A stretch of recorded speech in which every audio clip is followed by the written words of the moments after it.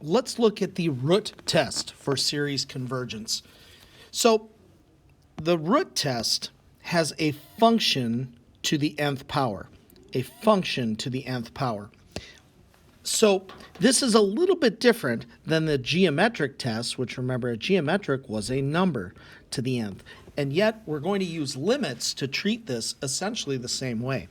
You say, what is the limit as n goes to infinity of just this kind of sequence in there? Well, same power on top and bottom, so we use the coefficients. So the limit is 4/5.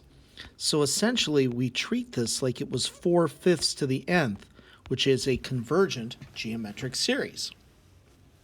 Let's do the same thing here. Take the limit as n goes to infinity. Well, same power on top and bottom, so we use the coefficients. So we essentially treat this like it was 3/2 to the nth. Well, that is divergent. Remember, to converge a geometric series has to the number to the nth has to be between -1 and 1. So essentially, you take the limit of what is inside and treat it almost as though it were a geometric series. Let's try some. All right, here are 3 to try. Again, remember to evaluate the limit and then treat it as though it were geometric. Pause here and try. All right, here's what I would do. I would take the limit as n goes to infinity of this. High power is on the bottom, so the limit is 0. So imagine if it were 0 to the nth. Well, remember, between -1, 1, and 1 converges. This one, same power on the top and bottom. When we take that limit as n goes to infinity of this, we get 1, 3/3. We get 1 to the n.